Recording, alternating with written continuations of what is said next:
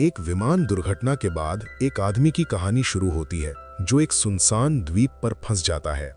कहानी की शुरुआत उस भयंकर तूफान से होती है जिसमें एक विमान बुरी तरह फंसा हुआ था। इसी विमान में हमारा मुख्य किरदार चक भी मौजूद था। उस समय वो बिल्कुल आराम से टॉयलेट में था। तभी अचानक प्लेन के अंदर का प्रेशर कम होने लगा। प्रेशर गिरते ही टॉयलेट का दरवाजा अपने आप खुल गया। हालात तेजी से बिगड़ते देख पायलट ने तुरंत चक को उसकी सीट पर बैठा दिया, क्योंकि विमान को समुद्र में इमरजेंसी लैंडिंग करनी थी। उसने चक को एक लाइफ राफ्ट पकड़ाया और उसे सीट बेल्ट कसकर बांधने के लिए कहा। इसी बीच प्लेन तेजी से नीचे गिरने लगा। अब विमान समुद्र से लगभग 3000 मीटर ऊपर था। तभी चक को अचानक याद आया कि उसकी गर्लफ्रेंड की दी हुई पॉकेट वॉच नीचे गिर गई है। उसी समय पायलट ने उसे लाइफ जैकेट पहनने के लिए कहा, लेकिन वो जैकेट दाईं तरफ रखी हुई थी।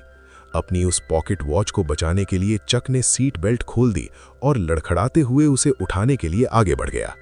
जैसे ही उसने वॉच उठाई और वापस जैकेट लेने की कोशिश की, तभी अचानक विमान का एंगल बदल गया। तेज झटकों की वजह से वो अपनी जगह से हिल भी नहीं पाया। उधर पायलट ने देखा कि चक अपनी सीट पर नहीं है, इसलिए उसने भी अपनी सेफ्टी बेल्ट खोल दी। लेकिन लगातार लग रहे झटकों से पायलट बुरी तरह घायल हो गया। फिर भी उसने किसी तरह प्लेन को समुद्र की सतह पर धीरे से टच कराने की कोशिश की, लेकिन गलत एंगल से हुई लैंडिंग के कारण पानी तेजी से केबिन के अंदर भरने लगा। चक ने उस समय सीट बेल्ट नहीं बांधी थी और यही बात उसकी जान बचाने की वजह बन गई। अचानक विमान का ऊपरी हिस्सा फट गया और समुद्र का पानी तेजी से अंदर आने लगा।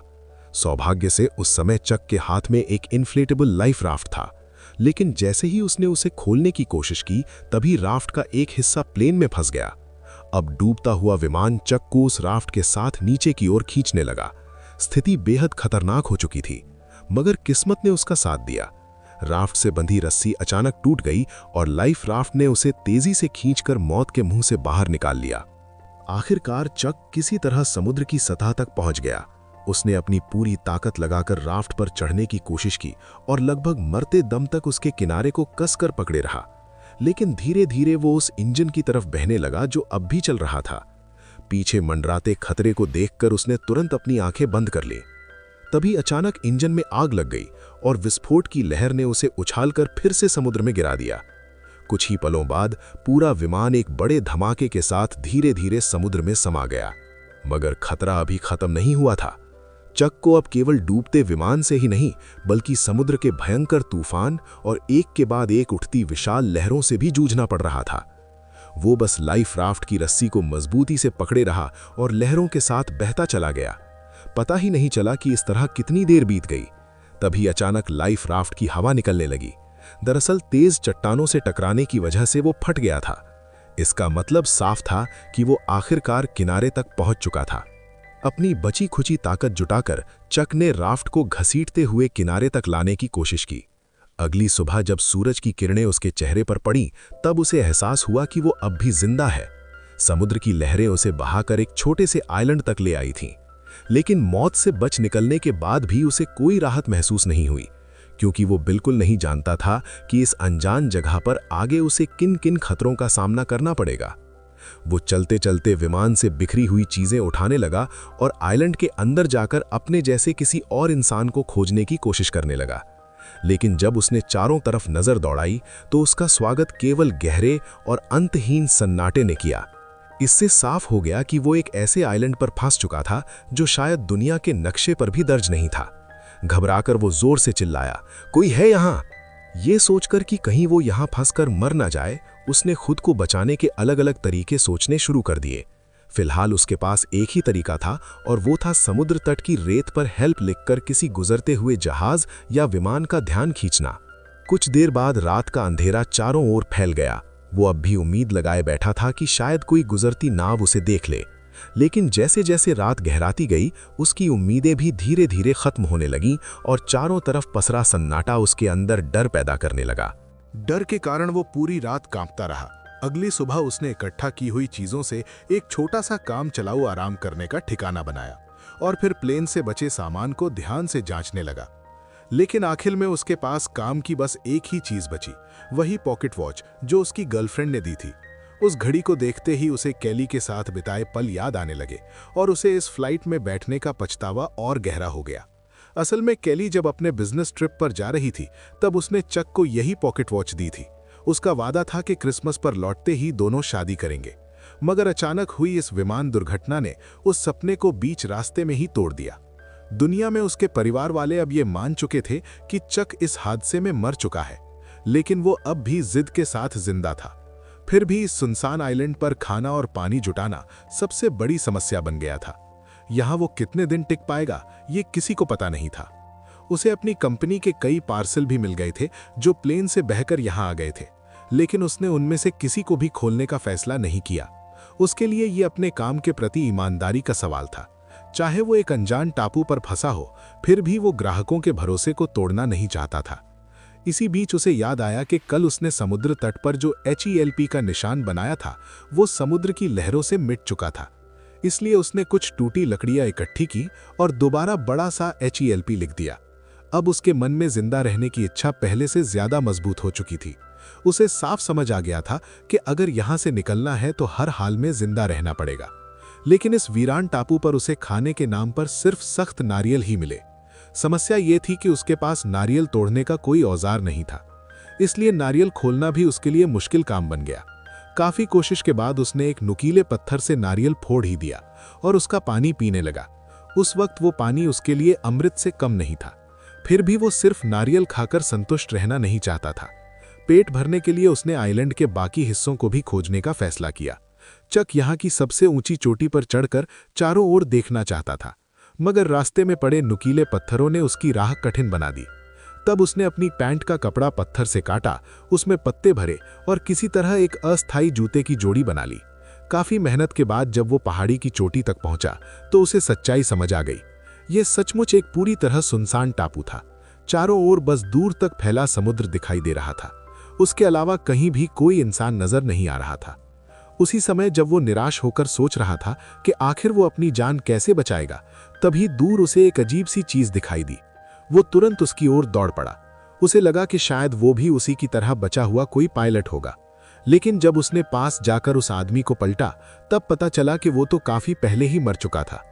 उदास मन से चक उस पायलट की लाश को घसीटकर आइलैंड पर ले आया और उसके पास से कुछ काम की चीजें निकालने लगा।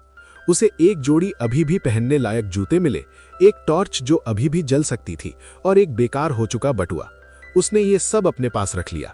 इसके बाद उसने उस पायलट के लिए एक कब्र खोदी, उसकी लाश को उसमें दफनाया और एक चट्टान पर उसके मरने की तारीख भी लिख दी। शाम को चक समुद्र तट पर बैठा अपने नए जूतों को देख रहा था। उसके मन में अजीब सी उदासी भर गई थी। उसे लगा कि शायद अगली बार उस कब्र में लेटा हुआ इंसान वही होगा। इसी डर और चिंता के कारण वो रात भर सो नहीं सका। उसे समझ आ गया था कि अगर वो ऐसे ही बैठा रहा तो उसकी मौत तय है। इसलिए अगले दिन से उसने जंगल में जिंदा रहने की कला सीखना शुरू कर दिया। उसने पेड़ों की पत्तियों पर जमी ओस को इकट्ठा कर नारियल के खोल में जमा किया ताकि उसे पीने के लिए साफ पानी मिल सके। फिर उसने एक लकड़ी की छड़ी को नुकीला करके मछलियां पकड़ने के लिए भाला बना लिया। हो सकता है ये तरीका थोड़ा अजीब लगे, मगर यही कोशिशें उसे निराश होने से बचा रही थीं। उसी रात जब वो टॉयलेट कर रहा था तभी उसे दूर समुद्र में एक रोशनी दिखाई दी। वो जोर जोर से चिल्लाने लगा ताकि उस गुजरती नाव का ध्यान उसकी तरफ जाए। उसे लगा कि शायद अब उसे इस जगह पर और नहीं रहना पड़ेगा। उसने अपनी टॉर्च जलाकर बार बार संकेत देने की कोशिश की, लेकिन दूरी बहुत ज्यादा थी। इतनी हल्की रोशनी वहां तक पहुंच ही नहीं पाई। धीरे धीरे वो रोशनी उसकी आंखों से ओझल होती गई और उसके दिल में गुस्सा और बेबसी भर गई। अगली सुबह सूरज निकलते ही उसने तुरंत फटी हुई राफ्ट उठाई और उसी दिशा में निकल पड़ा जिधर पिछली रात वो जहाज गया था। कई हफ्तों की कोशिशों के बाद उसे पहली बार उम्मीद की एक किरण मिली थी और वो इसे खोना नहीं चाहता था। वो किसी तरह समुद्र पार करने की कोशिश करता रहा, लेकिन हर बार ऊंची लहरें उसे पीछे धकेल देती थीं। उसने कई बार हिम्मत दिखाई और आगे बढ़ने की कोशिश की, मगर समुद्र की ताकत के सामने बार बार हार जाता था। फिर भी वो हार मानने को तैयार नहीं था। आखिरकार एक बड़ी लहर ने उसे पूरी तरह अपने अंदर खींच लिया। पानी के भीतर जाते ही उसकी जांघ एक नुकीले समुद्री पत्थर से टकराई और तेज दर्द के साथ वहां से खून बहने लगा। अब उसमें आगे बढ़ने की ताकत बिल्कुल नहीं बची थी। किसी तरह वो टूटी हुई राफ्ट को घसीटते हुए वापस किनारे तक पहुंचा। उसकी हालत बेहद खराब हो चुकी थी। तभी शाम के वक्त अचानक आसमान में तेज आंधी चली और मूसलाधार बारिश शुरू हो गई, जिससे पहले से घायल चक की मुसीबतें और बढ़ती ही चली गईं। चक ने राफ्ट की मदद से सिर्फ कंपनी के पार्सलों को ढक पाया, लेकिन खुद को बचाने के लिए उसे कोई और जगह तलाशनी पड़ी। खून से बहती टांग के साथ वो बारिश से बचने की कोशिश करता हुआ आगे बढ़ा। तभी उसे एक छोटी सी गुफा दिखाई दी। खुद को होश में रखने के लिए उसने कुछ घूंट गंदा बारिश का पानी पी लिया। पूरी तरह थक जाने के बाद उसका घायल शरीर जवाब दे गया और वो वहीं जमीन पर बेहोश होकर गिर पड़ा। उसके पीछे रखी टॉर्च की बैटरी खत्म होते ही चारों तरफ अंधेरा छा गया। अगले दिन चक तेज दर्द के साथ जागा। उसकी टांग के घाव में कीड़े पड़ने के संकेत दिख रहे थे। इस वीरान जगह पर अगर इसका इलाज नहीं हुआ तो हालत और भी खतरनाक हो सकती थी। जिंदा रहने की थोड़ी उम्मीद बचाने के लिए उसे अपनी जिद छोड़नी पड़ी और आखिरकार उसने उन पार्सलों को खोलने का फैसला किया। पैकेज खोलने पर उसे कई चीजें मिली। 1 दर्जन वीडियो टेप, गिफ्ट की तरह सजाया गया एक वॉलीबॉल, एक खूबसूरत महिला की लंबी ड्रेस और एक स्टाइलिश जोड़ी स्केट्स। लेकिन आखिरी पार्सल उसने फिर भी नहीं खोला। शायद वो निराश नहीं होना चाहता था, या शायद अपने लिए एक उम्मीद बचाकर रखना चाहता था। उसने पैकिंग में लगे फोम को अपने घाव पर लगाया और जूतों के फीते खोलकर उनसे अस्थायी पट्टी बांध ली। स्केट्स के ब्लेड उसके सबसे काम के औजार बन गए।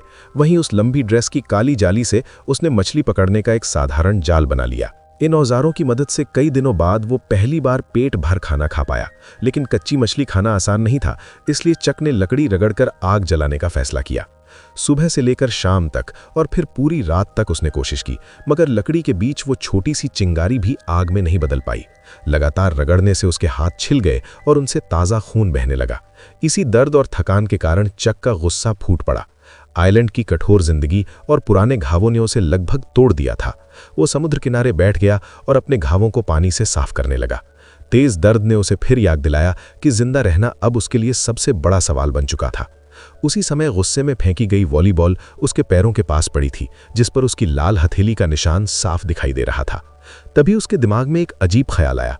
उसने उस निशान पर लार से 2 आंखें और ऊपर एक हल्की मुस्कान बना दी। अब वो गेंद किसी इंसानी चेहरे जैसी लगने लगी। शायद लंबे समय से अकेले रहने के कारण उसने तय किया कि यही उसका दोस्त होगा। उसने उस वॉलीबॉल का नाम विल्सन रख दिया और उसे अपने पास रखने लगा ताकि वो उसकी जिंदगी में साथ दे सके। ये नज़ारा थोड़ा अजीब जरूर था, लेकिन कम से कम अब उसे पूरी तरह अकेलापन महसूस नहीं हो रहा था। विल्सन के साथ चक जैसे फिर से जोश में आ गया। वो दोबारा लकड़ी घिसने लगा और इस बार सचमुच लकड़ी के बीच चिंगारी निकल आई। आग जलते ही चक खुशी से भर गया, जैसे उसने कोई बड़ी जीत हासिल कर ली हो। ये आग उसके लिए 2 काम करने वाली थी, एक तो खाना पकाने के लिए और दूसरा दूर से किसी को संकेत देने के लिए। रात में वो खाते हुए विल्सन से बातें करता रहा। उसकी गणना के अनुसार वो अब लगभग 4000 मील दूर बह चुका था, यानी अगर कोई उसे ढूंढने निकले भी तो उसके मिलने की संभावना लगभग नामुमकिन थी। फिर भी चक के पास कोई और रास्ता नहीं था। वो खुद को मजबूत बनाकर बस जिंदा रहने की कोशिश करता रहा। कच्चा खाना और गंदगी की वजह से उसके दांत खराब हो गए और उनमें संक्रमण हो गया। दर्द इतना बढ़ गया कि उसने तय कर लिया कि वो अपना दांत खुद निकाल देगा। उसने स्केट के ब्लेड को दांत पर टिकाया और दूसरे हाथ में पत्थर लिया। उसने सोचा कि लंबे दर्द से अच्छा है एक ही बार का दर्द सह लिया जाए। फिर उसने पत्थर से जोरदार वार कर दिया। समय बीतता गया। जंगल में जीने का हुनर तो उसने सीख लिया था, मगर उसकी आंखों की चमक अब पहले जैसी नहीं रही। 4 साल गुजरते गुजरते चक लगभग एक जंगली इंसान जैसा बन गया था। मछली पकड़ने में माहिर होने के कारण उसे खाने की कमी नहीं थी, लेकिन उसके चेहरे पर जीने की उम्मीद अब नहीं दिखती थी। हर दिन बस अकेलेपन का एक और दिन बनकर गुजर रहा था। कुछ समय बाद उसे चट्टानों के पास एक टिन का टुकड़ा मिला। वो उसे उठाकर समुद्र तट पर ले आया। तभी तेज समुद्री हवा से वो टिन गिर पड़ा और उसी पल उसके दिमाग में एक नया विचार आया। अगर वो इस टिन का इस्तेमाल लहरों को काटने के लिए कर सके तो शायद सच में यहाँ से निकलने का मौका मिल सकता है। ये ख्याल आते ही उसने देर नहीं की। उसे इस सुनसान टापू से हर हाल में निकलना था। चक तुरंत काम में लग गया। सबसे पहले उसने एक नाव बनाने का फैसला किया। उसने बहुत सारी टहनियां इकट्ठी की, उन्हें एक साथ रखा और जंगल की बेलों से बांध दिया। यहाँ तक कि बेकार वीडियो टेप को भी उसने रस्सी की तरह इस्तेमाल किया। अब उसकी मानसिक हालत भी बदलने लगी थी। उसे लगने लगा कि विल्सन उसे देख रहा है और शायद उसे यहाँ से जाने नहीं देना चाहता। इसी वजह से एक रात वो विल्सन से झगड़ पड़ा। वो चिल्लाया, मैं पूरी जिंदगी तुमसे बात नहीं कर सकता, तुम तो बस 2 टके का वॉलीबॉल हो। गुस्से में उसने अपने 4 साल पुराने दोस्त को लात मारकर दूर फेंक दिया। मगर थोड़ी देर बाद जब उसका गुस्सा शांत हुआ तो उसे गहरा पछतावा होने लगा। वो अंधेरी रात में ही विल्सन को ढूंढने निकल पड़ा और उसे वापस लाकर प्यार से उसके चेहरे पर फिर से रंग बना दिया। इसी तरह दिन बीतते गए और आखिरकार चक की लकड़ी की नाव भी तैयार हो गई। उसने सफर के लिए जरूरी चीजें भी जमा कर ली थी, अब उसे बस सही दिशा में चलने वाली हवा का इंतजार था ताकि वो अपनी नाव को समुद्र में उतार सके।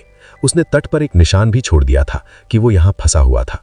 उसने लगभग 1500 से ज्यादा दिनों तक इस बेरहम टापू पर जिंदा रहकर एक तरह का रिकॉर्ड बना दिया था। जब वो आखिरी अक्षर उकेर ही रहा था तभी अचानक हवा उसी दिशा में बहने लगी जिधर चक जाना चाहता था। वो उत्साह से भर उठा। उसने तुरंत नाव को समुद्र की ओर धकेला और अपने पुराने दोस्त विल्सन के साथ एक नई जिंदगी की उम्मीद में आगे बढ़ गया।